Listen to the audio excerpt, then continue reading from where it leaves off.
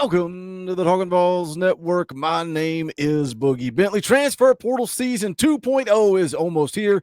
Probably every coach in the country wants to do away with this transfer portal window after spring camp. I mean, it just gives the players all of the control, especially with NIL. Look, we saw that with Ricky Gibson before spring camp even started. He's going to end up staying. Ricky Gibson's going to be a part of this football team. He's gone through spring camp, but it gave him the ability to negotiate and leverage and leave after spring camp if he didn't get what he wanted. Go back and look at Tyler Barron, a guy that played the 2023 season at Tennessee, but he hits the portal on December the 8th of that year. He commits to Ole Miss 8 days later and then ultimately ends up transferring in January to Louisville, January of 24. He goes through spring camp. The portal opens in April. What does he do? He jumps back in the portal, ends up at Miami. He played for 3 different college football teams in like the span of 8 to 9 months. It is a mess, but it is part of the game, and we're going to talk about it. The portal opens on April the 16th. It's going to stay open until April the 25th. And, I mean, you just go look at what Tennessee did in the previous cycle, and I don't think they blew it out of the water, but I think they got some pieces that maybe aren't sexy. They filled some very important needs. We talked about, the interior of the offensive line being the most important piece that they needed to fix in the portal, and they did that with Wendell Moy Jr. They did that with Sam Pendleton, and I think those two guys are going to be a good part, big part of this football team in the 2025 season. But then you look at guys we lost like Nate Spillman. Look, follow where they transferred to. Charlotte, of course, adding Star Thomas and Amari Jefferson. Now, I don't know. I've seen people say, is Star Thomas just going to be just another guy? Is he just a depth piece? I don't know. We'll see. But I like the addition because I felt like you needed a body in that running back room. Of course, Amari Jefferson had him on the show. Excited about his future. Got to see him healthy. Got to get him up to 100%, and then hopefully he comes along in fall camp. But again, you just roll down. Bison Lang transfers to Troy. Jalen Smith, Mississippi State. Jason Jenkins is one I hated to lose. I think he could have been a part of this football team. But again, you roll through. You see what we lost. You see what we added. I think Josh Heupel did okay in the portal in the previous cycle, but we do have some needs when the portal opens up here in about a week or so. I want you guys to jump in the comment section. What do you think we need? Where do we have holes to fill in the transfer portal? And again, the right guy has to end up there. We're going to take a look at a couple. We're going to talk about those needs, but I need you guys to do that YouTube stuff. Smash the thumbs up right down there below the video. It's quick, free, easy. It helps the channel. I would appreciate it. If it's your first time here, welcome to the Talkin VAWLS Network. We're not experts here. We're not insiders. We're not media. We don't pretend to be any of that. What we are is exactly what you guys are. This channel is for the fans, by the fans. If you like it, subscribe, click the bell. You won't miss out when we go live. We're going to be live Wednesday night, 7 p.m. Eastern time, talking about spring camp, getting geared up for the orange and white game, which we will be at G10 Parking Garage that morning before kickoff. Me, Coach Jay, the X Factor, everybody's going to come down, hang out. It will be a blast. Come by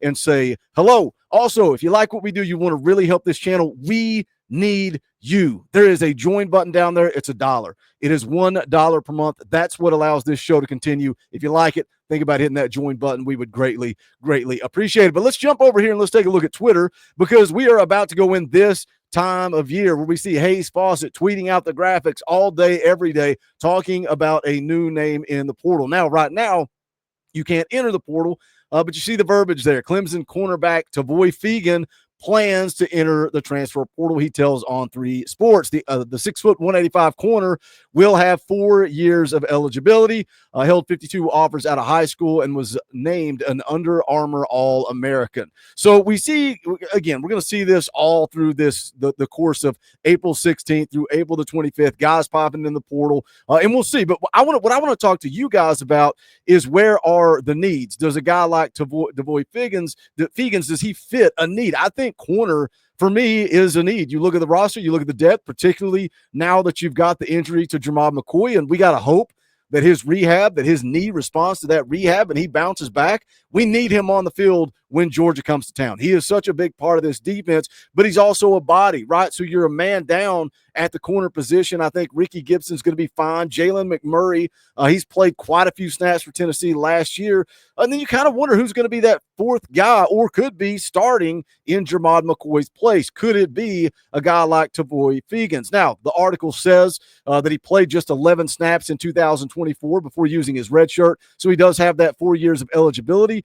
Played high school football football at Carrollwood Day in Florida, where he was a 4-star prospect, ranked 317th overall. So just outside the on 300, a pretty elite recruit here. Number 30 ranked quarterback in the 2024 cycle. Tallied 8 interceptions his senior year of high school, 4th most in the state for his efforts. He was selected to play in the Under Armour All-American game. So is he a target? Is he interested in Tennessee? I don't know, but this opens up the conversation about needs that we have in the portal. And again, I think corner would be one of the positions that I considered a need. Where else? Let's take a look here at the defensive side of the ball, because it sounds like Tennessee wants to add somebody on the interior of that defensive line. Of course, you got Jason Jenkins going into the portal, transferring to Florida State. That leaves a hole to fill. But you got to like the depth here, the amount of bodies. But again, coming from VolQuest, it sounds like Tennessee does want to add somebody on the interior. But I love Jackson Moy.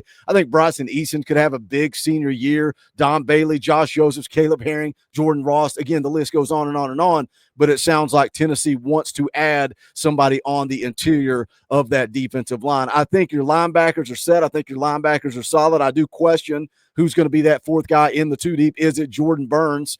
And then I think you're good there. I think you've got plenty of talent on the defensive side of the ball. I look for the defense to be impressive. I look for the defense to be what I consider a very solid defense in 2024. Can they take a step and continue to improve, get a little bit more aggressive in some of these big games, right? Like the Georgias and the Ohio State. Sometimes I wonder if Tim Banks gets gun shy because he doesn't feel like he's got the Jimmies and Joes to be able to go out there, play man, blitz, get aggressive. But I think we've got some talent on that defensive side of the ball. The offense is where we take a look.